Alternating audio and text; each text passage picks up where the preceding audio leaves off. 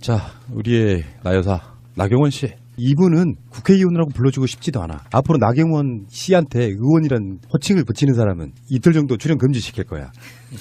이게 한 언론과의 인터뷰 나와가지고 여러 가지 조직위원 이런 거 사퇴시켜라 이런 청원 이런 것들에 대한 질문을 했는데 이렇게 얘기했어요. 올림픽 북한팀 참여는 환영하지만 단일팀 구성은 이벤트에 불과해서 싫다. 선수 인생이 걸렸는데 단일팀 쇼잉하지 말라. 아무래도 나경원 씨도 단일팀인 여자 하키 팀에 대해서 아이스하키의 룰을 정확히 모르고 하는 말인 것 같아요. 추상적으로 뭐 야구나 축구, 농구 이렇게 룰을 하고 비슷하게 보니까 이렇게 무식한 소리를 하는 것 같아요. 기본적으로 이번 아이스하키 팀의 단일팀은요. 선수 엔트리가 35명으로 늘었어요. 그 말은 뭐냐면 IOC에서 늘려준 거예요. 그러면 우리 선수의 손해가 없이 다 출전할 수 있다는 이야기 아니에요? 그렇죠. 네. 그리고 원래는 통상적으로 23명인가 그랬죠. 엔트리가. 예. 전 세계적으로 그렇게 돼 있었는데 이번 단일팀에 대해서는 35명으로 늘려주고 다 출전할 수 있는 기회를 주는 거예요. 그러니까 정확하게 이야기하면 게임에 출전하는 선수는 20명이에요. 그래서 거기에 이제 엔트리라는 게 대기하는 선수까지 포함해서 이제 하는 숫자잖아요. 그런데 요번에 합의가 된 건 게임에 직접 출전하는 선수 20명 중에 3명은 북한 선수로 하자고 이게 합의가 된 거죠. 근데 그게 20명이 동시에 모든 게임을 다 뛰는 게 아니라 5명씩 4개조로 나눠서 분할해서 들어가기 때문에 실제로 우리 선수들 중에 피해를 보는 사람은 없다는 뜻은 절대 아닙니다. 없다는 게 아니라 우리가 걱정했던 것보다는 훨씬 작다는 거죠. 엄격하게 얘기해서 A라는 선수가 15분을 뛸 수 있는 게 13분, 12분을 뛸 수 있게 이렇게 줄어든다는 의미가 더 맞다고 그래요. 그러니까 뭐 나경원 말처럼 선수들의 인생이 걸린 일이다라고 하는 건 정말 침소봉대하는 일이잖아요. 본인들이 언제부터 이렇게 선수들의 인생을 책임졌다고 그래요? 그러니까. 그럴 거면은 뭐 우리나라 좀 그 스포츠가 좀 골고루 발전할 수 있도록 제도를 좀 만들어 주든가. 그런 거잖아. 뭐 소방관 인력 확대 안 시켜주다가 불나면은 결국은 현재 정부 책임이라고 말하는 거가 똑같은 거죠. 나경원 자체는 확실히 인생의 어떤 기회주의자 이런 느낌이잖아요. 기억들 나세요? 다 까먹었지? 박근혜 국정농단 났을 때 바른정당이 태동하기 전에 가장 먼저 깃발 들었던 게 나경원이에요. 자기 혼자 살겠다고. 그러다가 나경원이 안 빠져나가고 그 자리에 머물렀어요. 아, 이거는 안테나였던 거네. 스파이. 선동질에서 빠져나가게 만들고 자기는 가만히 있는. 그렇죠. 반기문 왔을 때 설레발치던 거 기억하십니까? 아, 맞다. 아, 놀라운 멘탈의 소유자인데요. 이 나경원 씨는 어느 때쯤 날려버릴 수 있을까? 나 진짜 나경원만큼 어떻게 역살잡이를 다 말하고 싶은 만나면. 아니 이게 정신적으로 너무 너덜너덜 해가지고 그냥 냅둬도 될 것 같은데요. 나 실물로 본 적 있죠. 팟캐스트 할 때 동작을 선거 나갔을 때 유세현 장모 제가 따라가보고 막 그랬었거든요. 저도 국회에서 몇 번 본 적은 있는데 와 화장 잘 먹는다 이런 생각을 했죠. 저는 이 녹음실의 세 남자가 예쁜 여자를 보고 이렇게 분노할 수도 있구나라는 걸 지켜보고 있게 되네요. 아, 마차님보다 훨씬 안 예뻐요.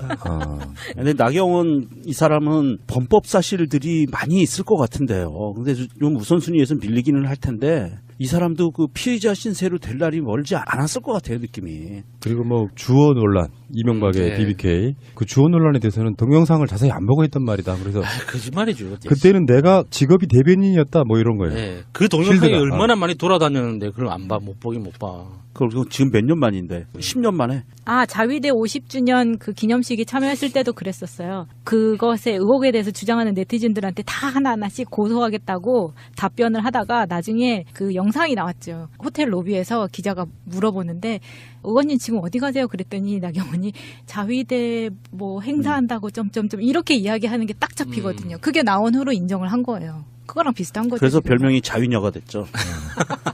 주어 경원 이름도 참 많습니다. 관련해서 지금 현송월 단장이 삼지연 관현악단 이거는 아마 대한민국에서의 공연을 목적으로 만들어진 악단이라 그러더라고요. 원래 있던 게 아니고. 근데 현송월이 내려와서 강릉을 갔다가 다시 서울로 왔어요. 공연을 두 군데서 하니까. 강릉, 서울 이렇게. 근데 그 사이에 한국 서울역 앞에서는 흔히 말하는 보수단체들이 김정은 인공기 이 사진 불태우고 난리가 났습니다. 그래서 지금 이게 수사 의뢰까지 된 상태예요. 그 사람들 그렇게 무서우면 이민을 가시지. 왜 그렇게 무섭게 우리나라에 살고 있는지 모르겠어요. 이게 대당 조원진이 그 자리에 있었고 조원진도 직접 발로 밟았다고 하는데 참 안타까운 부분이에요. 이 부분은 우리 그 80년대 우리 같이 자랐던 선후배 친구분들이 미국 문화원 점거하고 그다음에 성조기 불태우면서 잡혀 들어갔었거든요. 많이. 똑같이 처벌해야 됩니다. 그 법으로. 그게 뭐냐면 우리나라 형법 제109조에 이렇게 나와 있습니다. 외국을 모욕할 목적으로 그 나라의 공용에 공하는 국기 또는 국장을 손상, 제거 또는 오욕한 자는 2년 이하의 징역 또는 60만 원 이하의 벌금에 처한다. 라고 딱 형법에 나와 있어요. 그대로 처벌해야 된다는 게 맞습니다. 그러니까 기본적으로 뭐 이 보수단체라고 하는 사람들이 똑같은 행위, 한반도기를 흔들거나 이런 똑같은 행위를 기존의 자유한국당 뉴가 하면 당연한 거고, 그렇죠. 이쪽이 하면 말도 안 되는 거고, 애들 말이 이래요. 대한민국 정체성이며 상징인 태극기를 없애고 국적 불명 한반도기를 등장시키고 북한 응원단과 북한 마식령 스키장 공동훈련을 한다는 것은 강원도민과 평창 주민의 땀과 노력을 물거품으로 만들려는 의도다.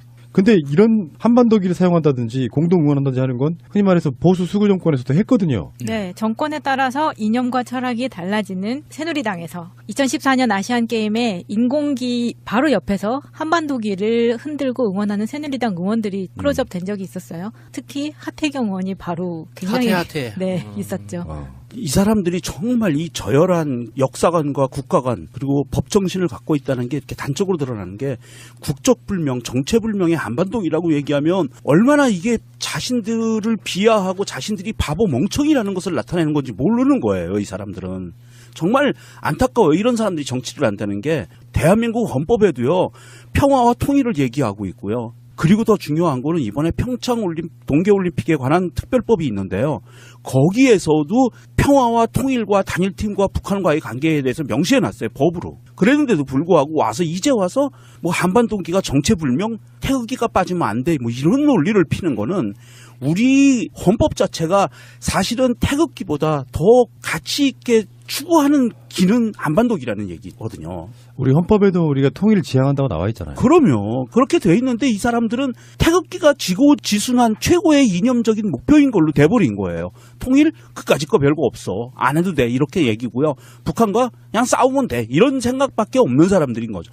이런 말의 단어 하나하나에 이 사람들의 생각이 그냥 철학이 묻어나오는 거예요. 네, 통일이 그 사람들한테는 약간 비트코인 같은 거예요. 당시에는 통일은 대박이다 그랬다가 정권 바뀌니까 네, 이런 식으로 나오는 거죠. 이 사람들은 이제 정말 세상 어디에도 갈 데가 없는 것 같아요. 예를 들어서 뭐 호주로 이민을 가거나 미국으로 이민을 가면 그 나라에서는 북한이라는 나라는 그냥 여행 위험 국가 정도예요. 그렇죠. 네. 대한민국이나 되니까 북한을 못 가도록 가로막고 있어주는 거지. 국가보안법. 예. 그 다른 나라가 훨씬 더 위험한 거죠. 이 사람들 입장에서는. 그렇게 무서운 나라에서 이렇게 무서워서 이러는 건가? 자기들이 북한에 설득당할까 봐? 에이 설마. 국제 사상이 물들까 봐 이렇게 무서워서 그러는 거야. 안 그러면 우리가 물들 거라고 걱정해서 이러는 거예요?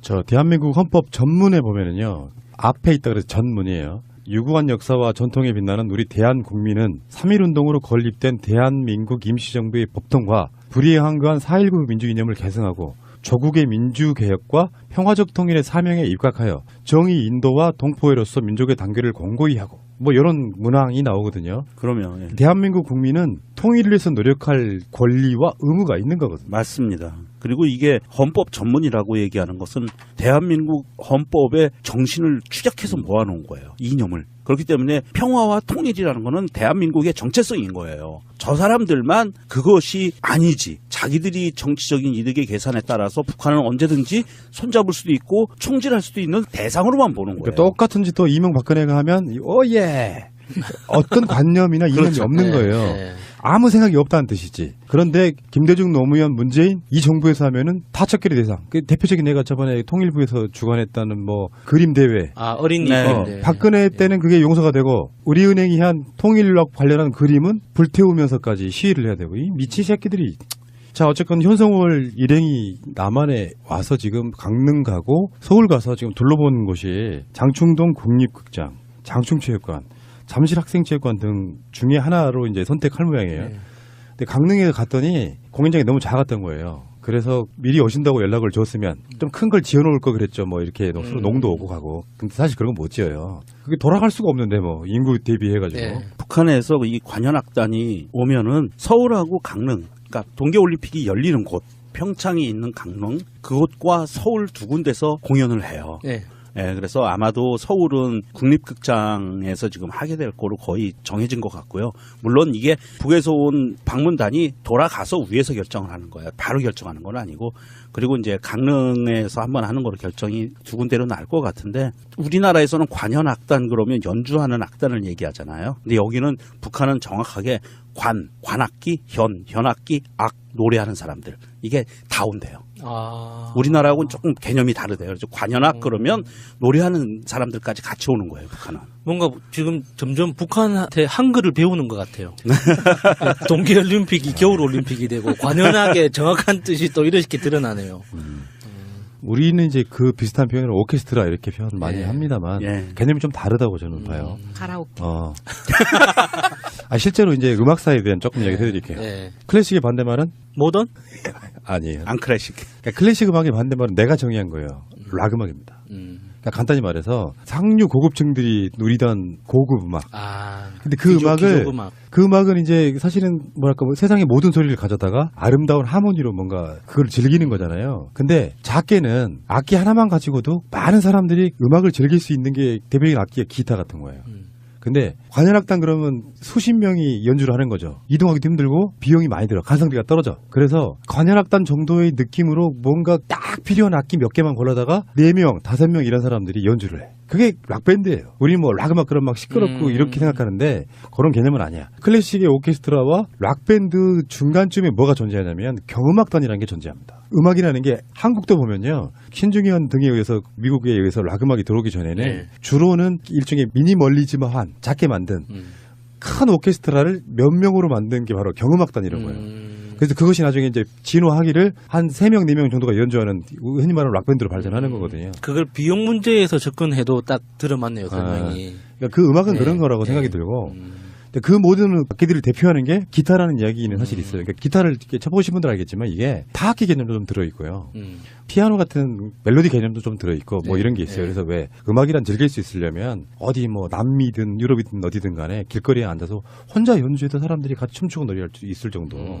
저는 그 북한의 삼지연 관현악단 이분들의 연주 뭐 실력이나 솜씨 이런 걸 떠나서 언어가 다를 수도 있고 다 다른데 음악만큼은 이렇게 하나가 되는 부분이 있잖아요. 우리는 가사 내용을 잘 몰라도 비틀즈의 음악 같은 음악 또는 뭐 클래식으로 가면 베토벤의 음악들 다 듣고 즐기지 않습니까? 그래서 중요한 게 예술단은 그런 개념이라고 저는 생각합니다. 자, 그 10여 년 전 그러니까 노무현 대통령 때는 남북 교류가 워낙에 활발해가지고 진짜 우리나라 가수들도 가서 막 공연하고 그랬지 않습니까?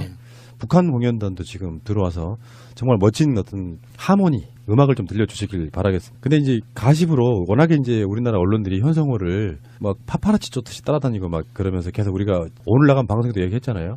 거의 현성호만 보인다고. 예, 뭐 여자 연예인 쫓아다니듯이 뭐 딱 그런 느낌이죠. 그래서 무엇을 입었느냐가 중요하고. 아침에 해장국 드시고 막 이런 거. 그런 얘기도 있더라고요. 커피 믹스를 타줬대요. 그러니까 현성월이 섞은 거 말고 아메리카노 달라고 했다고. 거기서 좀 놀랐어요. 북한에서도 아메리카노라고 부르나? 이보세요.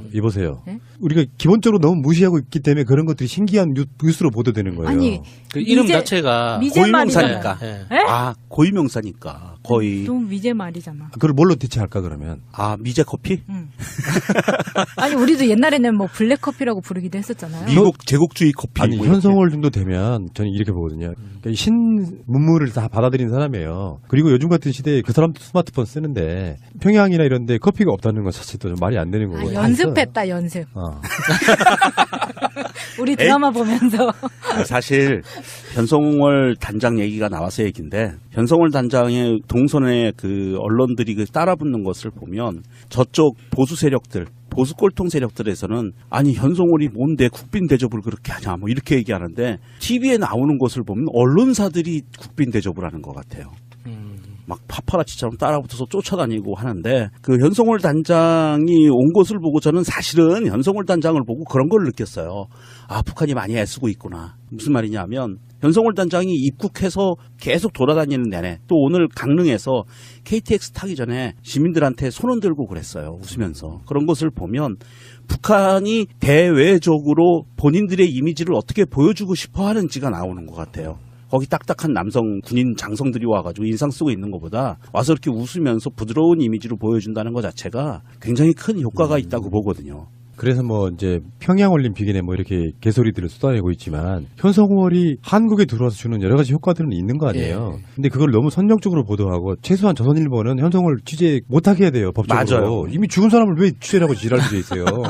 지그들이 죽여놓고 그러니까 저번에 한번 이야기한 적 있죠. 김정은 위원장이 남한에 내려오는 건 얼마나 어려운 일인지가 느껴지지 않아요? 현성월 정도가 왔는데 막 서울역 같은 데서 그러니까 인공기나 이런 거 불태우고 막 이런 퍼포먼스하고 그런데 만약에 김정은 내려오면 또 어떤 짓을 하겠어요? 이런 생각을 하면 정말 통일하는 게 진짜 힘들구나.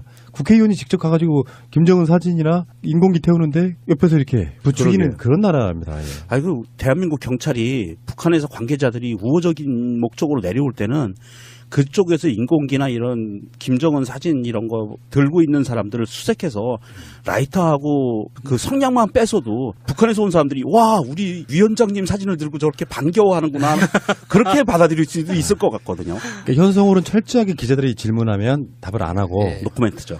우리나라 국민들이 막 사진 찍고 손 흔들면 같이 손 흔들어 주는 예. 거예요. 그러니까 우리나라 언론을 정확하게 알고 있는 거죠. 그렇죠. 맞습니다. 기레기들을 너무 정확히 예. 하거든요. 말 한마디 잘못 나가면 예. 그러니까 이게 있잖아요. 뭔가 좀 불만족스러운 대부분의 질문들 중에 첫 번째 해당됐던 게 왜 온다고 안 왔어요 전날 이런 질문들 하잖아요. 그걸 뭐 답을 어떻게 할 거야 현성월 입장에서. 자 알겠고요. 다시 말씀드립니다 마차님. 우리나라에 커피가 들어온 게 고종황제 때예요. 평양에서도 충분히 그 커피를 마실 수 있다고 저는 보는데 그래 용어가 따로 있다고 칩시다. 뭐 깜짝물이든 뭐든 간에. 근데 이 사람도 아까 마차님 그 말은 맞는 것 같아요. 한국에서 부르는 용어를 가져올 수 있죠. 일반적으로. 네. 우리가 왜 만약에 다른 나라를 가면 그 나라 인삼바를 몇 개를 가지고 외워갖고 가듯이 똑같은 거라고 보는 거니까. 근데 이제 언론들의 뉘앙스는 뭐냐면 저것들도 고급 커피 먹네 이런 뉘앙스였어요. 아. 그렇죠. 아메리카노를 먹네. 뭐 예, 북한도 신기한 듯이. 알겠습니다. 안철수의 행위가 좀 도를 넘어요. 뭐라고 말했냐면 분당이 도를 넘는 행위래. 도를 넘어놓고 네가 도를 넘는다고 바로 그런 거야. 말이 안 되는 거예요, 진짜. 그러니까 분당하게끔 만들어 놓고 야 니들이 분당하는 건 좀 심하잖아. 사적으로도 우리 일상생활에서 이런 캐릭터들이 가끔씩 있죠. 모든 원인 제공을 다 해놓고 상대방이 뭔가 행동을 옮기려고 하면 예. 거기에 대해서 너 너무 심한 거 아니야? 지는 훨씬 심하게 해놓고 말이에요. 그러니까 국민의당 국회의원들 입장에선 특히나 이제 합당 반대파들 입장에서는 안철수가 하는 게 사실은 자멸행위다. 누구나 다 봤듯이 보수로 넘어가려는 이제 아예 당 자체 정체성이 예. 바뀌는 거잖아요. 예. 국회의원들은 아무리 뭐 반문재인해서 뭐 자기 국회의원직 유지하겠다고 탈당해 나가가지고 호남에서 당선되고 이런 사람들이 있지만 그 사람들이 평생에 쌓아뒀던 그들 나름대로의 어떤 가치관을 어느 한순간에 무너뜨리고 있는 게 안철수잖아요. 근데 분당은 도를 넘는 행위다고 말하는 건 정말 상상을 초월하는 사람이에요. 이 마인드가. 햇빛 정신은 계승하겠다. 그러니까 바른정당과 통합하지만 햇빛 정신은 계승하겠다라는 이야기를 했었는데 유승민하고 합의가 되지 않은 상황이죠. 그렇죠. 그러니까 유승민은 철저하게 반공 사상이 물들어 있는 사람인데 그 사람하고 합의도 안 되고 지 혼자서 그렇게 떠드는 거예요. 앞뒤가 안 맞는 거죠. 나는 식당에 들어갔지만 밥은 먹지 않겠다. 뭐 이런 거. 나는 술은 먹었지만 음주운전은 안 했다. 이런 방식인 거예요. 듣는 사람들이 무슨 말인지 납득을 하기 힘든 거죠. 그 안철수는 뭔가 좀 마인드가 정치에는 아주 부적합한 부적응자로 보이거든요. 이 상황에서 계속해서 우리 야수님이 검찰에 들어가서 왜 그 거짓말하는 과정 속에 멘탈이 붕괴되는 뭐 그런 이야기를 한 적 있잖아요. 그러니까 어떤 표를 위해서 평화통일이네 뭐네 이런 이야기를 해. 그 DJ의 정신은 계승하겠다고 하지만 사실 상대방 파트너가 북한에는 굉장히 강경파잖아요. 예. 수구 꼴통 중에도 그런 꼴통이 없는 사람하고 이렇게 합당을 하면서도 자기가 했던 말들은 사실 하나하나씩 뒤집히고 있거든요. 처음에 합당하기 전에요. 그게 처음에 이게 노골화 됐을 때 합당 안 하겠다 그랬었어요. 자기가 했던 말들을 계속 뒤집고 있어요. 몇 개월만 지나면 지금 나경원이 갖고 있는 스탠스나 이런 것들을 그대로 가져갈 겁니다. 그러니까 계속해서 시건하고 거짓말하고 있는 거죠. 왜 안철수가 국민의당 대표로 대선 패배 후에 일찌감치 뛰어들었을 때 그 대표 선거에 그때 뭐라 그랬어요. 당 지지율이 너무 낮아서 내가 당대표 되면 당 지지율 올려놓겠다 그랬잖아요. 안 올라가 더 떨어졌어. 예. 그러니까 이 사람이 지금 수개월 동안에 망가지는 과정들을 보면 무서울 정도예요. 이런 정도 말은 못하죠. 특단의 조치를 취하겠다. 분당하는 사람들한테 대해서. 그러니까 그게 뭔지 궁금해요. 그러니까 특단의 조치를 취하겠다고 말은 하는데 제가 아는 상식선에서는 딱히 할 수 있는 게 없거든요. 실망입니다. 그만 좀 괴롭히십시오. 안철수 이분이 정말 이상해요. 논리적인 사고를 못하는 사람인 것 같아요. 그런 것을 보면 본인의 이야기를 보면 합당의 동기가 3가지가 나와요. 본인들이 합당을 하려고 하는 동기 3가지. 첫 번째가 더 크고 강력한 중도개혁정당으로 거듭나고자 하는 것. 두 번째는 제대로 된 야당이 되기 위한 것. 세 번째는 호남의 미래를 위해서. 이렇게 3가지를 내놓거든요. 정말 이거 논리적이지 않잖아요. 자기가 합당을 왜 하려고 하는지에 대한 그 논지로 내놓을 수 있는 말들이 아닌데 어떻게 이것을 내놓을 수 있는지. 호남 의원들이 다 반대하고 호남 사람들이 반대를 하는데 합당을 한다고 하면서 그것이 이유가 들어가 있고, 제대로 된 야당, 그리고 제대로 된 야당이 그러면 바른정당이 하고 있는 스탠스가 제대로 된 야당이라는 그런 이야기거든요. 지금 국민의당은 제대로 된 야당을 안 하고 있다. 제대로 된 야당의 모습은 바른정당이다라는 이야기를 하고 있는 거예요. 이 사람이 얼마나 형용모순에 빠져 있는지, 논리가 비논리로 점철이 돼 있고 이 비논리를 논리로 포장해서 지금 애써 강변하고 있는 거예요. 이 이야기를 안철수가 들었으면 좋겠어요. 자기가 하는 말이 얼마나 앞뒤가 안 되는지. 들으면 안 돼요. 예, 왜요? 계속 그렇게 놔둬야지. 일종의 이게 이제 오기 정치. 네. 계속 오기로 하는 거예요. 그러다 보니까 아까 말한 그런 식으로 스텝이 꼬여. 말하는 게. 예. 탈당하게끔 사람들이 막 분당하게끔 어떤 분위기를 조성해서 일방적으로 끌고 가버렸잖아. 법도 계속 거쳐. 예. 당 운영에 있어가지고 완전 독재를 지금 시전하고 있는데 그것을 놓고도 자기 당 구성원들은 가만히 있어야 되는 거예요. 논리적으로도 완전히 말이 안 되는 거잖아요. 근데 그런 말들이 안철수 입에서 나와요. 그러니까 합당 반대파들 입장에서는 더 빡이 도는 거죠. 대체 좀 심하게 표현하면 이 새끼가 도대체 무슨 생각을 갖고 있는지 이해를 할 수 없다, 그런 분위기까지 가버리는 정말 그 새로운 유형의 독재자의 출현입니다. 그러니까 바른정당 의원들 사이에서도 그런 이야기가 나와요. 이게 비례대표들 중에 놔줘야 된다. 출당시켜줘야 된다. 그래서 정확하게 정치적으로 지향점이 다르면 그 신사답게 깔끔하게 이렇게 갈라서서 자기만의 세력을 형성해서 다시 정치 세력으로서 서로 부딪힐 수 있도록 신사답게 보내줘야 된다고 이야기하는 사람들도 있거든요. 근데 유독 안철수만 지저분하게 다 쥐고 가려고 하는 거예요. 하나도 놓치지 않고. 뭐 국민의 뜻이니까 비례대표는 내가 어떻게 할 수 있는 문제가 아니래. 그러니까 이거 다 내 거야. 이런 거죠. 그러니까 이게 바른정당과 합당한다는 명분이 사실은 이게 정치적인 지향점도 아니고 정치를 하기 위함도 아니고 사실은 이게 자기의 지분을 더 공고히 하기 위한 수작질밖에 안 되는 거죠. 이런 짓들을 보면 아까 오기의 정치라고 그랬는데 그거 표준어고요. 우리 동네에서는 이거 오가지 핀다 그래요. 오가지. 네. 땡깡. 그렇지. 땡깡 네, 피는. 정말 저열해요. 안철수는 볼수록 안타깝습니다. 대한민국의 정치 지형이, 정치인들이 국민들의 의식 수준을 이렇게 못 따라갈 수도 있을까 하는 안타까움이 많이 배어나오는 사람이에요.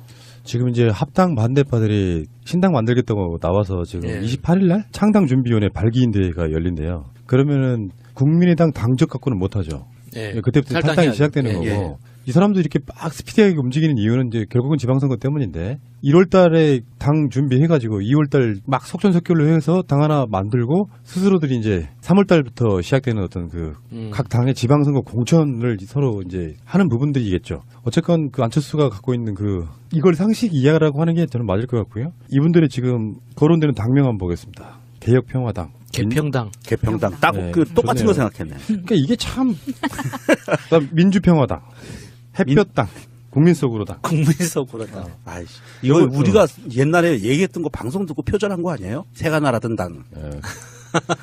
이거 국민 속으로당은 국민 속인당 뭐 이렇게 이제 보일 가능성이 높고요. 딱이네요. 실제로 이제 어떤 느낌이냐면 더불어민주당 당명은 사실 혁명적이었어요. 그래서 처음에는 좀 이상했는데 입에 오르니까 괜찮죠. 네. 더민주 어, 하잖아요. 더불어민주당이라는 네. 좀 다소 긴 길이도 그냥 무리 없이 소화가 되는 네. 입에 잘 오르는 느낌인데 개짜는 절대 넣으면 안 됩니다. 꼭 넣었으면 좋겠어요. 그래서. 아니 이게 지금 나는 안철수를 깨기 위해서 이 사람들한테 힘을 실어줘야 된다고 나는 생각하는 주의예요. 그러니까 개짜가 들어가는 당 이름은 항상 하면 안 돼. 예, 그러니까 안 돼요. 뭐 개혁 보수신당, 개보신당이었고요 저번에. 개신당. 개짜 들어가는 건 절대 안 돼. 예.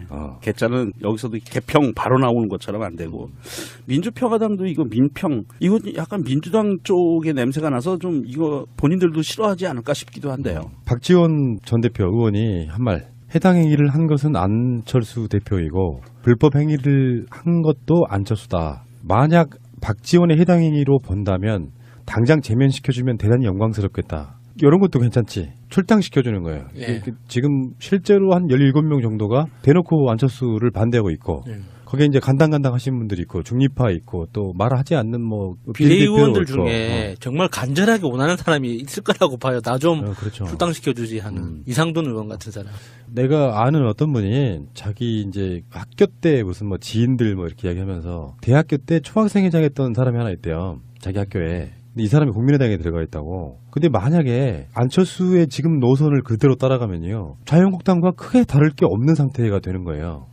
아무리 이제 뭐 반문재인 기치 내걸고 당을 분당해 나갔지만 그 당에 주로 따라간 사람들은 그 지역구 국회의원들과의 어떤 인맥으로 이렇게 그 당으로 간 건데 송두리째 그 사람들의 인생 자체에 이념이 바뀌는 상태가 와요. 이런 정도 되면은 안철수는 그 이념 자체를 인정하지 않는 거거든요. 이념이 뭐가 중요해? 이념이라는 개념 자체가 없는 것 같아요. 그러니까 이명박의 실용주의적인 그런 느낌이에요. 뭐 용어를 이렇게 오용하는 건 좀 미안한 일이지만 그래서 그게 없다고 생각하는데 지금에 와서 내가 느끼는 게 그런 거거든요. 영화 1987도 보고 등등의 상황들을 보면 이념은 정말 중요하다고 봐요.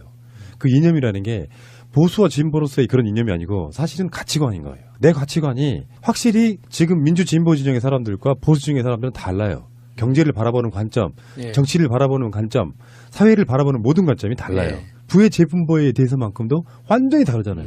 근데 그 상황들이 완전히 바뀔 처지에 놓여 있는 사람들 입장에서는 미치는 거죠.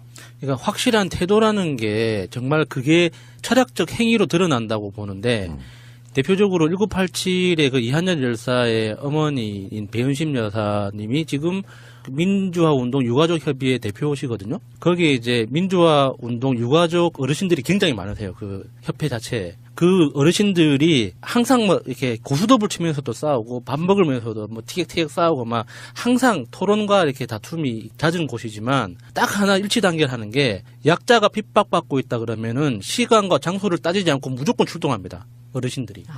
저는 그런 걸 보면서 민주주의다, 무슨 뭐 정치 철학이다, 뭐 사회의식이다 이런 것들이 다 좋지만 그렇게 행동할 수 있는 가장 분명한 원칙이 있을 때 그게 행위로서도 어떤 말로도 드러난다고 하거든요, 의식이. 그렇게 보는데 안철수는 아무것도 없는 것 같아요. 그러니까 자기한테 지금 당장에 도움이 되는 말이라면 아무거나 다 끌어다 쓰다가 지금은 심지어 바른정당, 새누리당에서 뛰쳐나온 그 쓰레기당하고도 자기한테 지금 당장에 내가 먹고 살기 위해 도움이 된다면 가져다 쓰겠다고 가져가는 거잖아요. 너무 저열해, 진짜. 그러니까 가치관이라는 게 애초에 없었기 때문이에요. 그러니까 진짜로 안철수 머리에 가치관은 딱 하나 있었어요. 내용이 아니고 단어 딱 새정치.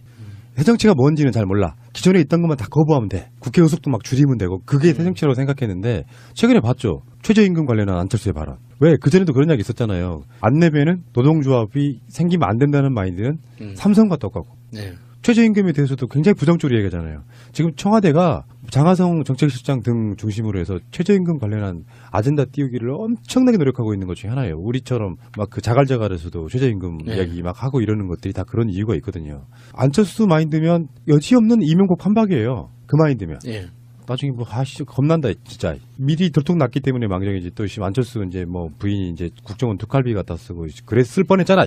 아니, 기본적으로 이제 만약에 정말 그럴 일은 없을 것 같지만 만에 하나 안철수가 다시 대선에 후보로 나온다면 안내배 주가 관련한 의혹들이 정말 미친 듯이 터져 나올 거예요. 힘들지 않을까 싶어요. 이래나 저래나. 사실 이게 바른당과 국민의당의 안철수 계보가 합당을 한다는 거 우리 그냥 쉽게 생각하면 지금 바른정당, 바른당은 그러니까 이혼한 상태고요. 자유당하고. 국민의당은 이제 이혼해서 재혼을 해야 되는데 데리고 갈 자식들을 고르는 중인 거야. 그러니까 안철수 입장에서는 자기가 앵벌이 시킬 수 있는 자식만 데리고 가고 싶어가지고. 안철수 말대로 국민의당이 지금 뭐 가슴으로 나왔다 이거. 그래서 낳은 자식들 중에 앵벌이 시킬 수 있는 득되는 자식들만 데려가려고 지금 고르는 중인 것 같아요. 그래서 지금 재혼을 하고 싶어서 안달이 난 거지, 눈 맞아서. 원래 이혼보다 재혼이 더 어려운 거예요. 그걸 왜 해 근데 재혼을. 근데 이렇게 되는 원인이 하나 있죠. 선거 때문인데 하나는 지방선거, 하나는 국회의원 선거예요. 그러니까 만약에 이게 지방선거가 아니고 내가 호남 지역 기반이 없어 아예 그중 국회의원들은. 네. 그 사람들은 안철수 따라가는 거예요. 지방선거에 관련해서. 근데 총선은 어떤 관계가 있냐면 총선이 너무 멀리 남았기 때문에 따라가는 사람들이 생기는 거예요. 실제로. 그러니까 그 사이에 어떻게 되겠지 하는 사람들이 안철수와의 어떤 의리 같은 거랄까 어떤 자기를 챙겨주는 어떤 지분 이런 것들 때문에 따라가는 사람도 꽤 있을 거라고 보니까 총선을 바로 눈앞에 두고 만약에 이 상황이 벌어졌다 그러면 안철수 따라갈 사람들 저는 한두 명 정도밖에 없을 거라고 생각해요. 맞죠. 예.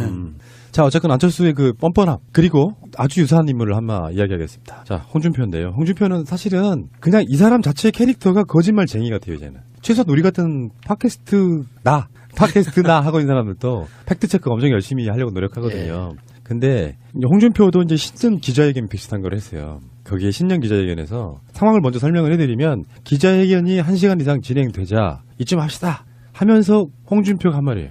나는 문 대통령처럼 답변을 써주는 프롬프터도 없습니다.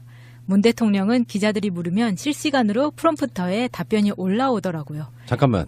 마차님 이거는 홍준표의 느낌이 안 나서요. 홍준표 스타일로 보면 약간 간사해야 돼요. 프롬프터도 없어요. 이런 식의. 예. 실시간으로 프롬프터에 답변이 올라오더라고요. 그런데 나는 지금 혼자 답변을 하고 있습니다. 그러니까 수준이 딱 이 정도예요. 그 문재인 대통령 신년 기자회견에서 답변이 프롬프터로 올라왔다고? 이거 가짜뉴스로 고발해야 됩니다. 왜냐? 즉석에서 답변한 건데? 네, 이게 지금 짤이 돌긴 했었어요. 저도 트위터에서 봤는데 그 문 대통령이 답변을 하는데 앞에 프롬프터에 그 사람들이 돌리는 짤에 정확하게 어떤 글자들이 올라가고 있는지 정확하게 보이지가 않아요. 그런데 사람들이 하는 말이 이거 봐라. 문 대통령 답변 다 올라오고 있다. 이렇게 이야기를 하고 있길래 이 사진이 어딜 봐서 답변이 올라오는 거냐고 한번 설전을 한 적이 있었거든요. 제가 봤을 때 프롬프터는 답변을 하다 보면 질문이 뭐였지라는 상황이 올 수가 있잖아요. 그래서 질문에 대해서 정리를 해준 게 전부였어요. 근데 그거를 답변이라고 지금 완전히 가짜뉴스를 설파하고 있는 거죠. 그것도 1시간 넘게 문재인 대통령이 답할 내용을 실시간으로 찍어줬다는 거예요? 근데 그걸 누가 하냐고. 그리고 전혀 딜레이 없이 진행이 됐는데 답변이 올라오고 나서 누군가 답변을 준비하는 동안에 시간이 필요할 거 아니에요. 그런 딜레이가 없었잖아요. 아니 그리고 박근혜는 그렇게 했겠죠. 청와대에 있는 사람들 중에 문재인 대통령만큼 현안에 대해서 다 꿰고 있는 사람이 누가 있다고 그걸 답변을 써줘요. 제가 또 팟캐스트계의 문재인 아니겠습니까? 온갖 것들을 인터뷰하고 이렇게 방송을 진행하다 보니 총체적 개념이 생겨서 얼마 전에 우리 방송 출연하신 분들이 그렇더라고요. 그러면서 실질적으로 통찰력이 생기는 거라고 각 분야를 같이 이렇게 듣다 보니까 그러니까 안철수와 홍준표가 같다는 말은 이런 거예요. 안철수도 정치적 철학이나 이념 이런 게 완전히 부재한 상태에서 그냥 사용자로서의 개념만 좀 갖고 있는 그런 느낌이잖아요. 그리고 실체 없는 국민적 인기를 등에 업고 정치권에 들어와서 전혀 진화하지 못한 캐릭터. 근데 홍준표도 마찬가지예요. 최근에 조국 민정수석 관련한 뭐 사법시험 그 이야기도 이 기자회견에서 질문이 나와서 답을 했다 그러는데 이 답을 먼저 알려드리고 그 다음에 그 홍준표에 대한 비판을 이어갈게요. 조국 수석에 대한 그 사법시험을 통과하지 못한 본인의 한을 풀기 위해서 공수처 내보내 만든다 이렇게 표현했던 부분에 대한 답을 뭐라고 했죠? 사법시험에 응시했느냐 안 했느냐를 얘기한 게 아니라 통과하지 못했다라고 말을 했습니다. 내가 그 시비가 나올 것 같아서 용어를 사법시험에 떨어졌다라고 하지 않고 통과하지 못했다라고 말한 것입니다. 아 정말 이거 왜 이런데 이 사람 추잡하게. 아니 통과라는 게 응시했다는 말하고 뭐가 달라. 그러니까 이 추잡하게 이러지 말고 내가 말 실수했네요. 그러면 끝나는 거 아니에요.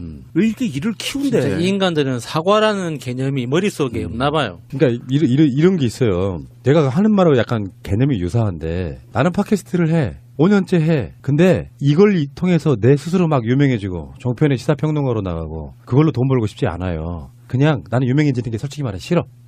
마찬가지로 법대에 나오면 무조건 사법고시 패스해서 판검사 되고 변호사 되는 것이 많이 밖에 없다고 생각하는 이 더러운 마인드 속에는 세상의 모든 기준이 이런 건데 제가 홍준표를 비판하고 싶은 지점은 우리나라의 그런 부리가 가장 쓰레기 같은 부리예요. 국민에 대한 통찰도 없어요. 이 개새끼들은 신림동 어디에서 고시 같은 걸 볼 때 쓰레기 같은 거 담배 피는 거 아무데나 버렸을 거예요. 자기 주위에 대한 가치관 하나도 없고요. 기분 나쁘면 밥 해주던 뭐 어떤 식당의 어머니들한테도 함부로 막말했을 거예요. 그냥 내가 권력만 잡으면 되는 개새끼들이니까.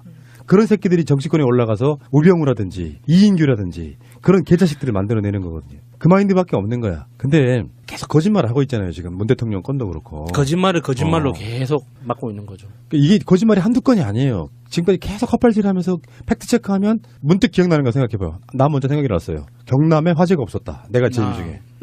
전국에서 가장 많았잖아요. 거짓말. 근데 우리가 그렇게 방송으로 낸 것도 굉장히 많았거든요. 그 거짓말한 거. 항상 이런 식이에요. 근데 자기가 본 입장에서는 자기가 문재인 대통령보다 뛰어나다는 얘기 생각 갖고 있는 것 같아요. 항상 이런 거잖아. 똑같이 사법시험을 합격했지만 나는 검사를 했고 문재인 대통령은 바로 변호사로 전향했기 때문에 내 실력이 더 좋다 뭐 이런 논리인 건가요? 거기에 더해서 민정수석은 사법시험 패스 안 한 사람이야. 그러니까 별거 아니야라고 깔보는 거죠. 홍준표 그리고 입장에서는. 대선 때 간발의 차로 내가 대통령이 못 됐어. 간발의 차. 라고 맞다. 생각하는 거죠. 거의 더블 스코어예요. 간발이죠. 2위잖아요. 어찌됐든 이 사람은 정말 하는 행동이나 하는 말을 보면 한 사람의 인격을 갖고 있는 사람이 아닌 것 같아요. 이 안에 여러 인격이 들어있는 것 같고 그중에 대표적으로 나오는 게 지금 이게 거짓말하는 인격이 주로 많이 나오고 땡깡 쓰고 하는데 전 깜짝 놀랐어요. 이 사람이 한 얘기가 철부지들은 팩트를 막말로 본다. 그리고 다 깔보는 거예요. 국민들을 철부지로 깔보는 거예요. 언론이나 정치인들을 그렇게 얘기하면 괜찮겠는데 그것까지는 제가 이해해요. 그런데 국민들을 상대로 철부지라고 이렇게 표현하는 거는 이건 조현병 환자 아니면 할 수 없는 거예요. 진짜 정신병자 맞네요. 맞아요. 자기가 말하는 거는 무조건 팩트야. 그러니까. 집에서 나오는 거는 나쁜 사람이에요. 예. 이게 지금 개돼지라고 얘기하는 거랑 뭐가 달라요? 똑같은 그렇죠. 거예요. 맞아요. 네. 그 말이에요. 네. 개돼지라고 애들로 표현한 거예요. 자, 그러면은 그 홍준표의 그 사법고시 우월주의랑 관련한 이야기를 하나만 더 하겠습니다. 양승태 대법원장 국정원이 사찰을 한 적도 있었죠, 예전에. 그러면서 양승태는 임기 6년 사이에 이명박과 박근혜를 거칩니다. 그 과정에서 원세훈 재판이 있었죠. 그 원세훈 재판에 박근혜 청와대와의 교감했던 부분들 같은 것들이 문서로 드러났어요. 최근에 이제 대법원 문서를 이렇게 들여다보는 어떤 상황이 그게 있잖아요. 교감이라는 말은 너무 예쁘고 좋은 말. 예, 좋은 말 같아요. 교감이 아니, 아니라 그렇게 이야기가 나오는 이유는 있어요. 상납한 거 아닌가요, 이게? 그러니까 이게 애둘러서 굉장히 표현을 부드럽게 한 건데 예. 교감이라고 설명을 딱히 할 수 없으니까 인과관계를 증명하기는 어려워요. 그러니까 예를 들어서 봐주기, 정황, 의혹 이렇게는 말할 수 있는데 예.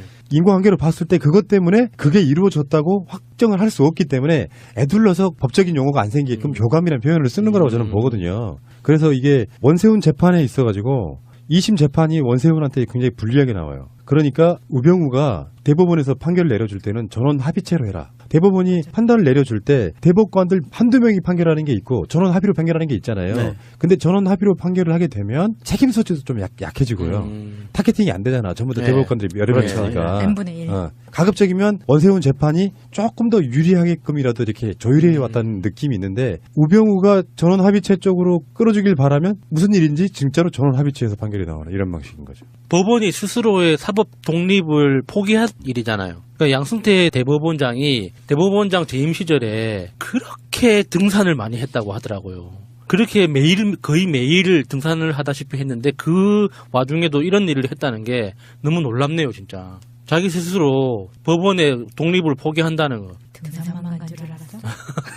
그러니까 원세훈 항소심 선고 다음 날 이게 2015년 2월 10일인데 이때 원세훈 전 국정원장 판결 선고 관련 각계의 동향 문건 뭐 이렇게 이게 정말 골 때리는 게 이 문서를 작성해가지고 지금 주요 현직에 있는 사람들의 반응 같은 거를 집어넣는 거예요. 네. 그러면 우병우는 이렇게 말했다라고 써놓으면 관련해서 법원 행정처 같은 데서 우병우의 심기가 불편하구나 이런 식으로 직접적으로 이야기를 하면 사법에 대한 관여가 되고 말도 안 되는 어떤 농단 예. 같은 게 돼버리잖아요. 그러니까 간접적으로 문건을 만들어갖고 보여주는 형태로 간접적 영향을 끼치는 방식을 택하는 거죠. 이번 문건에 대해서 나온 것이 정말 양승태 더하기 법원 행정처의 폐악질들이 나온 거죠. 사법부의 그 권위를 똥통에 처박아 버린 이 폐악질들이에요. 보면 이 문건에 나온 거 보면 청와대가 최대 관심 현안으로 촉각을 곤두세우고 있다. 선고 전에 항소 기각을 기대하고 있다. 청와대가. 법무비서관실을 통해서 그 법원 행정처에 전망을 문의했다. 이게 기승전결이 나와요. 최대한 선고하지 말고 그냥 항소 기각해라 무죄로. 청와대는 이런 의중을 갖고 있으면서 법원 행정처에 어떻게 될 것 같아? 라고 물어본 거예요.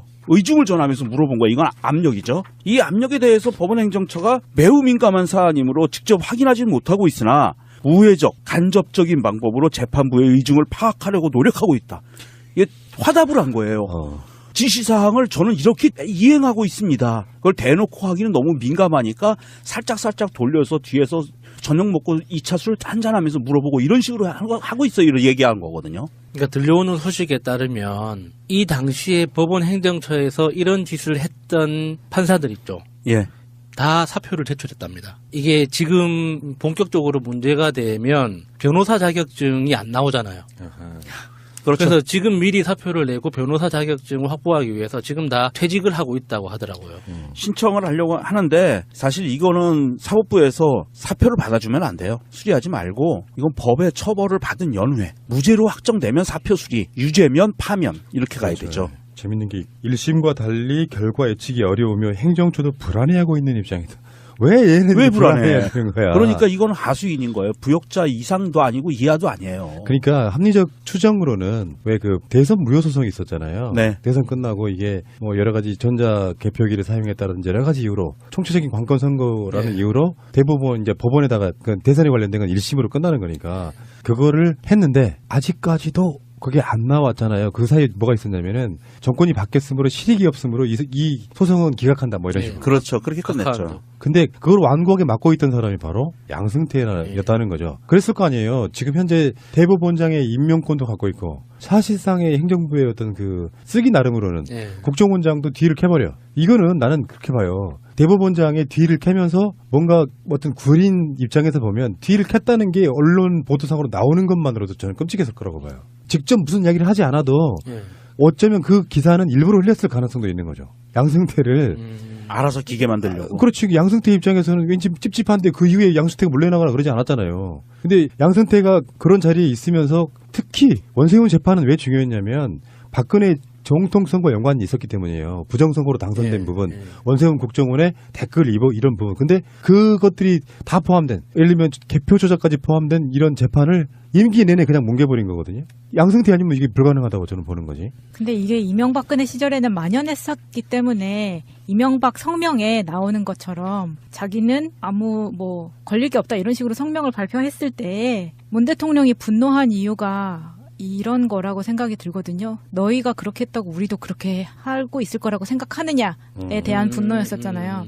그게 문 대통령이 말하는 우리가 그들과 다른 이유인데 이걸 보여주는 게 이 사람들처럼 하지 않으면서 보여주는 게 지금 굉장한 인내심과 맞아요. 예, 이런 것들을 보여주고 있는 거예요. 민주적 절차라는 아주 어려운 시험이 있는 거죠. 그렇죠. 그러니까 이럴 때는 지금 뭐 전 방송에서도 우리가 이명박 뭐 소환일이 언제냐 이런 이야기를 막 했잖아요. 이럴 때는 정말 법이 사람이 아니고 로봇가 있으면 좋겠어. 그래서 그 인공지능한테 이명박의 이러이러한 측근들이나 이런 사람들의 죄를 딱 집어넣고 언제 출석시킬까요? 그러면 답이 나와요. 그럼 무조건 해야 돼. 그 영화 그런 영화 있잖아요. 그 실베스타 스탈론이 그 판사로 나오는. 그래서 나르는 오토바이 타고 다니면서 그 즉결 처분하잖아요. 그런 것처럼 양승태 바로 체포해가지고 산에다 감금했으면 좋겠어요. 그러니까 등산을 그렇게 좋아했는데. 사람이 하니까 정치적이라는 표현이 나오는 네. 거고 로봇 인공지능에다가 홍준표 척당 불기내 머리에 막 집어넣어. 네. 띠디디디디 유죄 12년 이렇게 집어넣고 안철수도 뭐 주가 조작 헛소리 8년. 차라리 그랬으면 좋겠다 싶을 때가 있다고. 예. 법에 의해서 예. 정말 힘든 일이에요. 사람이 법을 운영하기 때문에 그래서 지금 대법원이나 이런 데도 그 신비님이 늘상 주장하시는 거 배심 기소 배심 판결 이렇게 네. 그럼 훨씬 더 좋아지는 부분이 분명히 많고요. 정말 홍준표는 어떻게 안 될까요? 척당불기로 안 될까요? 새로운 증거가 나왔는데 재심 청구해야 되는 거 아니야? 우리 드라마 보면서 사실 변성월 단장 얘기가 나와서 얘기인데 변성월 단장의 동선에 그 언론들이 그 따라붙는 것을 보면 저쪽 보수 세력들 보수 꼴통 세력들에서는 아니 현송월이 뭔데 국빈 대접을 그렇게 하냐 뭐 이렇게 얘기하는데 TV에 나오는 것을 보면 언론사들이 국빈 대접을 하는 것 같아요. 막 파파라치처럼 따라붙어서 쫓아다니고 하는데 그 현송월 단장이 온 것을 보고 저는 사실은 현송월 단장을 보고 그런 걸 느꼈어요. 북한이 많이 애쓰고 있구나. 무슨 말이냐면 현송월 단장이 입국해서 계속 돌아다니는 내내 또 오늘 강릉에서 KTX 타기 전에 시민들한테 손 흔들고 그랬어요. 웃으면서. 그런 것을 보면 북한이 대외적으로 본인들의 이미지를 어떻게 보여주고 싶어 하는지가 나오는 것 같아요. 거기 딱딱한 남성 군인 장성들이 와가지고 인상 쓰고 있는 것보다 와서 이렇게 웃으면서 부드러운 이미지로 보여준다는 것 자체가 굉장히 큰 효과가 있다고 보거든요. 그래서 뭐 이제 평양올림픽이네 뭐 이렇게 개소리들을 쏟아내고 있지만 현성월이 한국에 들어와서 주는 여러 가지 효과들은 있는 거 아니에요. 예. 근데 그걸 너무 선정적으로 보도하고 최소한 조선일보는 현성월 취재 못하게 해야 돼요. 법적으로. 맞아요. 이미 죽은 사람을 왜 취재라고 지랄을 돼 있어요. 지그들이 죽여놓고 그러니까 저번에 한번 이야기한 적 있죠. 김정은 위원장이 남한에 내려오는 건 얼마나 어려운 일인지가 느껴지지 않아요? 현성월 정도가 왔는데 막 서울역 같은 데서 그러니까 인공기나 이런 거 불태우고 막 이런 퍼포먼스하고 그런데 만약에 김정은 내려오면 또 어떤 짓을 하겠어요? 이런 생각을 하면 정말 통일하는 게 진짜 힘들구나. 국회의원이 직접 가가지고 김정은 사진이나 인공기 태우는데 옆에서 이렇게 부추기는 그런 나라입니다. 예. 아이고 대한민국 경찰이 북한에서 관계자들이 우호적인 목적으로 내려올 때는 그쪽에서 인공기나 이런 김정은 사진 이런 거 들고 있는 사람들을 수색해서 라이터하고 그 성냥만 뺏어도 북한에서 온 사람들이 와 우리 위원장님 사진을 들고 저렇게 반겨워하는구나 그렇게 받아들일 수도 있을 것 같거든요. 그러니까 현성월은 철저하게 기자들이 질문하면 답을 안 하고 예. 노코멘트죠. 우리나라 국민들이 막 사진 찍고 손 흔들면 같이 손 흔들어 주는 예. 거예요. 그러니까 우리나라 언론을 정확하게 알고 있는 거죠. 그렇죠. 맞습니다. 기레기들 너무 정확하게 예. 하거든요. 말 한마디 잘못 나가면 예. 그러니까 이게 있잖아요. 뭔가 좀 불만스러운 대부분의 질문들 중에 첫 번째 해당됐던 게 왜 온다고 안 왔어요 전날 이런 질문들 하잖아요. 예. 그걸 뭐 답을 어떻게 할 거야 현성월 입장에서. 자 알겠고요. 다시 말씀드립니다 마차님. 우리나라에 커피가 들어온 게 고종황제 때예요. 평양에서도 충분히 그 커피를 마실 수 있다고 저는 보는데 그래 용어가 따로 있다고 칩시다. 뭐 깜짝물이든 뭐든 간에.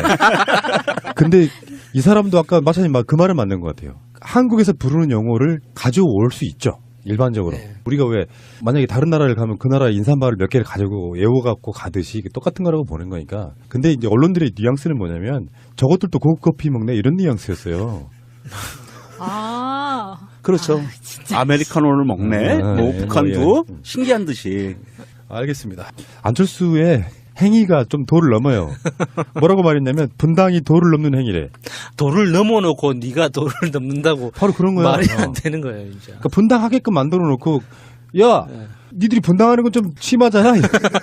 사적으로도 우리 일상생활에서 이런 캐릭터들이 가끔씩 있죠. 모든 원인 제공을 다 해놓고 상대방이 뭔가 보다 더 가치 있게 추구하는 기는 안반독이라는 얘기거든요. 우리 헌법에도 우리가 통일을 지향한다고 나와 있잖아요. 그럼요. 그렇게 돼 있는데 이 사람들은 태극기가 지고지순한 최고의 이념적인 목표인 걸로 돼버린 거예요. 통일 그까짓 거 별거 없어. 안 해도 돼. 이렇게 얘기고요. 북한과 그냥 싸우면 돼. 이런 생각밖에 없는 사람들인 거죠. 이런 말의 단어 하나하나에 이 사람들의 생각이 그냥 철학이 묻어나오는 거예요. 네, 통일이 그 사람들한테는 약간 비트코인 같은 거예요. 당시에는 통일은 대박이다 그랬다가 정권 바뀌니까 네, 이런 식으로 나오는 거죠. 이 사람들은 이제 정말 세상 어디에도 갈 데가 없는 것 같아요. 예를 들어서 뭐 호주로 이민을 가거나 미국으로 이민을 가면 그 나라에서는 북한이라는 나라는 그냥 여행 위험 국가 정도예요. 그렇죠. 네. 대한민국이나 되니까 북한을 못 가도록 가로막고 있어주는 거지. 국가보안법. 예. 그 다른 나라가 훨씬 더 위험한 거죠. 이 사람들 입장에서는. 그렇게 무서운 나라에서 이렇게 무서워서 이러는 건가? 자기들이 북한에 설득당할까 봐? 에이 설마. 국제 사상이 물들까 봐 이렇게 무서워서 그러는 거야. 안 그러면 우리가 물들 거라고 걱정해서 이러는 거예요? 저 대한민국 헌법 전문에 보면은요. 앞에 있다 그래서 전문이에요. 유구한 역사와 전통에 빛나는 우리 대한국민은 3.1운동으로 건립된 대한민국 임시정부의 법통과 불의에 항거한 4.19 민주이념을 계승하고 조국의 민주개혁과 평화적 통일의 사명에 입각하여 정의 인도와 동포애로서 민족의 단결을 공고히 하고 뭐 이런 문항이 나오거든요. 그러면 예. 대한민국 국민은 통일을 위해서 노력할 권리와 의무가 있는 거거든요. 맞습니다. 그리고 이게 헌법 전문이라고 얘기하는 것은 대한민국 헌법의 정신을 추적해서 모아놓은 거예요. 이념을. 그렇기 때문에 평화와 통일이라는 거는 대한민국의 정체성인 거예요. 저 사람들만 그것이 아니지. 자기들이 정치적인 이득의 계산에 따라서 북한은 언제든지 손잡을 수도 있고 총질할 수도 있는 대상으로만 보는 거예요. 그러니까 똑같은 짓도 이명박근혜가 하면 오예 어떤 관념이나 이념이 그렇죠. 없는 거예요. 네. 아무 생각이 없다는 뜻이지. 그런데 김대중, 노무현, 문재인 이 정부에서 하면은 다 척결이 대상. 그 대표적인 예가 저번에 통일부에서 주관했다는 뭐 그림 대회. 어린이. 네. 박근혜 때는 그게 용서가 되고 우리은행이 한 통일력 관련한 그림은 불태우면서까지 시위를 해야 되고 이 미친 새끼들이. 자 어쨌건 현성월 일행이 남한에 와서 지금 강릉 가고 서울 가서 지금 둘러본 곳이 장충동 국립극장, 장충체육관, 잠실학생체육관 등 중에 하나로 이제 선택할 모양이에요. 네.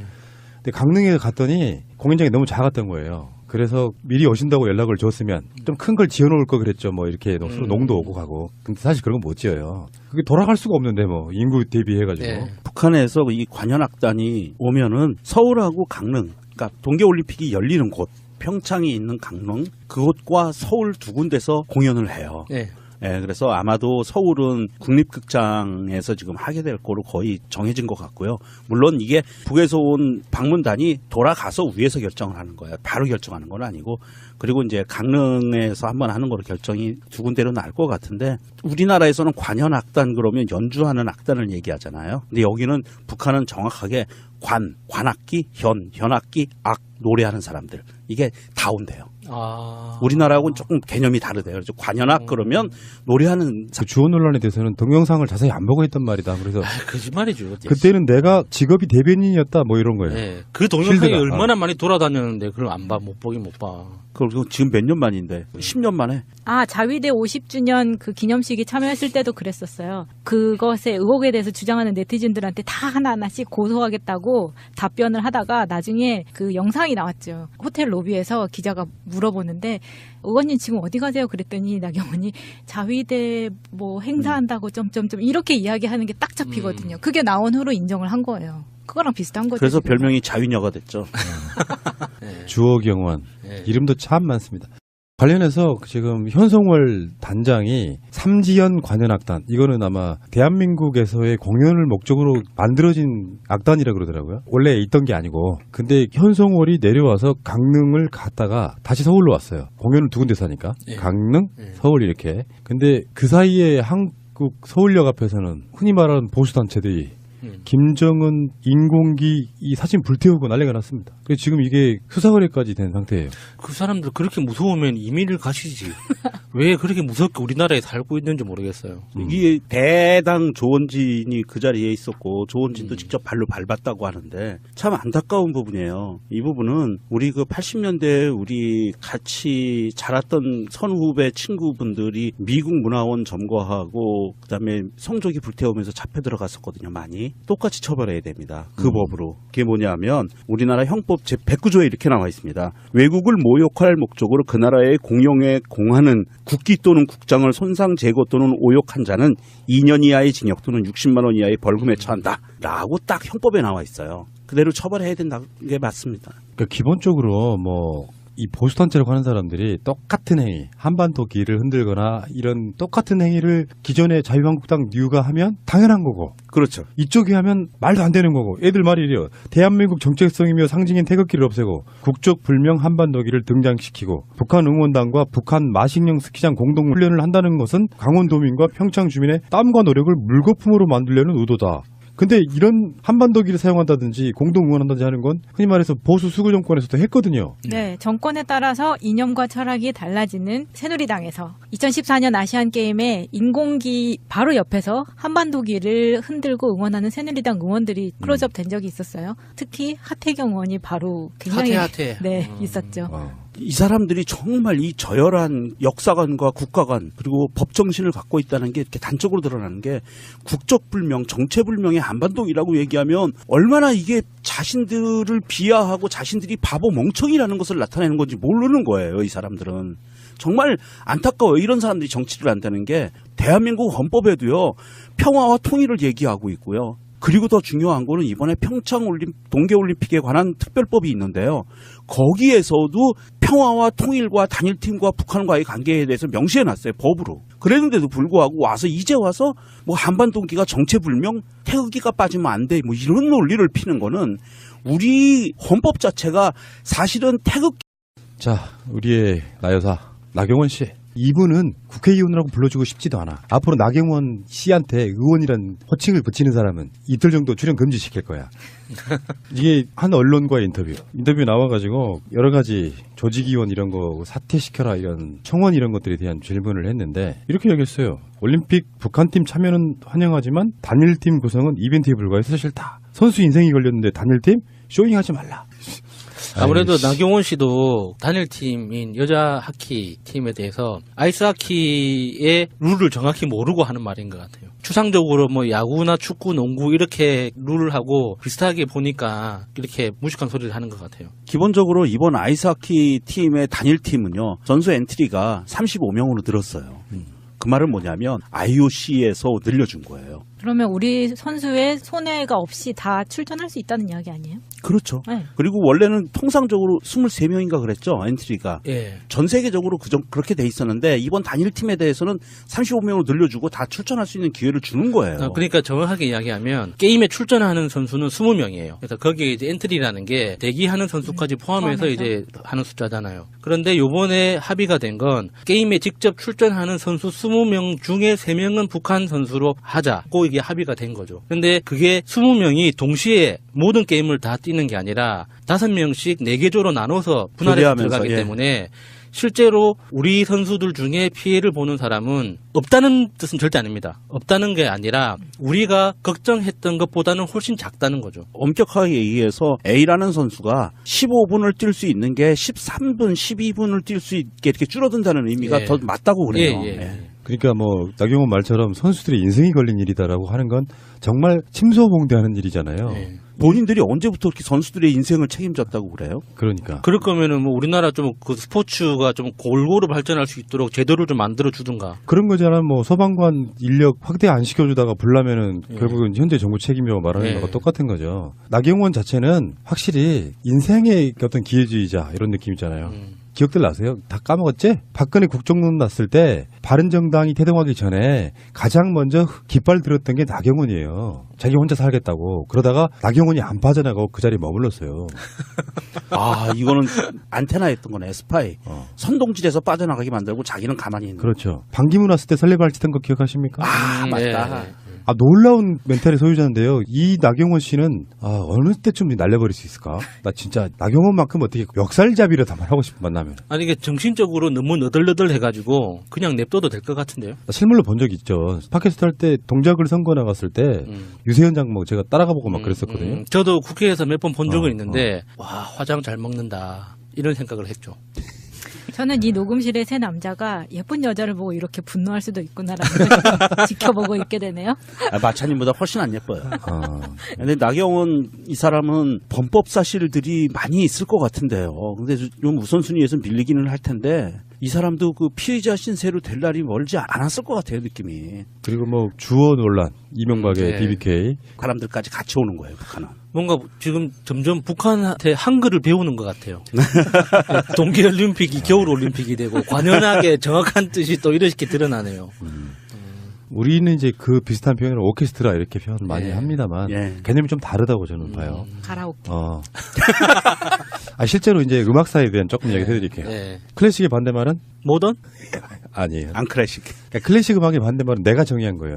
락 음악입니다. 그러니까 간단히 말해서 상류 고급층들이 누리던 고급 음악. 아. 근데 그 음악을 기존 그 음악은 이제 사실은 뭐랄까 뭐 세상의 모든 소리를 가져다가 아름다운 하모니로 뭔가 그걸 즐기는 거잖아요. 근데 작게는 악기 하나만 가지고도 많은 사람들이 음악을 즐길 수 있는 게 대표적인 악기가 기타 같은 거예요. 근데 관현악단 그러면 수십 명이 연주를 하는 거죠. 이동하기도 힘들고 비용이 많이 들어. 가성비가 떨어져. 그래서 관현악단 정도의 느낌으로 뭔가 딱 필요한 악기 몇 개만 골라다가 4명, 5명 이런 사람들이 연주를 해. 그게 락밴드예요. 우리 뭐 락음악 그런 막 시끄럽고 이렇게 생각하는데 그런 개념은 아니야. 클래식의 오케스트라와 락밴드 중간쯤에 뭐가 존재하냐면 경음악단이라는 게 존재합니다. 음악이라는 게 한국도 보면요. 신중현 등에 의해서 미국에 의해서 락음악이 들어오기 전에는 네. 주로는 일종의 미니멀리즘한 작게 만든 큰 오케스트라를 몇 명으로 만든 게 바로 경음악단이라는 거예요. 그래서 그것이 나중에 이제 진화하기를 한 3명, 4명 정도가 연주하는 흔히 말하는 락밴드로 발전하는 거거든요. 그걸 비용 문제에서 접근해도 딱 들어맞네요, 설명이. 그러니까 그 음악은 네. 그런 거라고 생각이 들고 근데 그 모든 악기들을 대표하는 게 기타라는 이야기는 사실 있어요. 그러니까 기타를 이렇게 쳐보신 분들 알겠지만 이게 타악기 개념도 좀 들어있고요. 피아노 같은 멜로디 개념도 좀 들어있고 뭐 네. 이런 게 있어요. 네. 그래서 왜 음악이란 즐길 수 있으려면 어디 뭐 남미든 유럽이든 어디든 간에 길거리에 앉아서 혼자 연주해도 사람들이 같이 춤추고 노래할 수 있을 정도 저는 그 북한의 삼지연 관현악단 이분들의 연주 뭐 실력이나 솜씨 이런 걸 떠나서 언어가 다를 수도 있고 다 다른데 음악만큼은 이렇게 하나가 되는 부분이 있잖아요. 우리는 가사 내용을 잘 몰라도 비틀즈의 음악 같은 음악 또는 뭐 클래식으로 가면 베토벤의 음악들 다 듣고 예, 즐기지 예, 않습니까? 예. 그래서 중요한 게 예술단은 그런 개념이라고 저는 생각합니다. 자, 그 10여 년 전, 그러니까 노무현 대통령 때는 남북 교류가 워낙에 활발해가지고 진짜 우리나라 가수들도 가서 막 공연하고 그랬지 않습니까? 예. 북한 공연단도 지금 들어와서 정말 멋진 어떤 하모니, 음악을 좀 들려주시길 바라겠습니다. 근데 이제 가십으로 워낙에 이제 우리나라 언론들이 현성호를 막 파파라치 쫓듯이 따라다니고 막 그러면서 계속 우리가 오늘 나간 방송에도 얘기했잖아요. 거의 현성호만 보인다고. 예, 뭐 여자 연예인 쫓아다니듯이 뭐 딱 그렇게 그런 느낌이죠. 하더라고요. 그래서 예. 무엇을 입었느냐가 중요하고. 아침에 해장국 드시고 예. 막 이런 거. 그런 얘기도 있더라고요. 커피 믹스를 타줬대요. 그러니까 현성월이 섞은 거 말고 아메리카노 달라고 했다고. 거기서 좀 놀랐어요. 네. 북한에서도 아메리카노라고 부르나? 이보세요. 이보세요. 네? 우리가 기본적으로 너무 무시하고 있기 때문에 그런 것들이 신기한 뉴스로 보도되는 거예요. 아니, 그 이름 미제- 자체가 고유명사니까. 예, 예. 에? 아, 고유명사니까 거의. 너무 미제 말이잖아. 그걸 뭘로 대체할까 그러면? 아, 미제 커피? 응. 아니 우리도 옛날에는 뭐 블랙커피라고 부르기도 했었잖아요. 미국 제국주의 커피. 아니 뭐 이렇게. 현성월 정도 되면 저는 이렇게 보거든요. 그러니까 신문물을 다 받아들인 사람이에요. 그리고 요즘 같은 시대에 그 사람도 스마트폰 쓰는데 평양이나 이런 데 커피가 없다는 것 자체도 좀 말이 안 되는 거고. 다 있어요. 연습했다 연습. 어.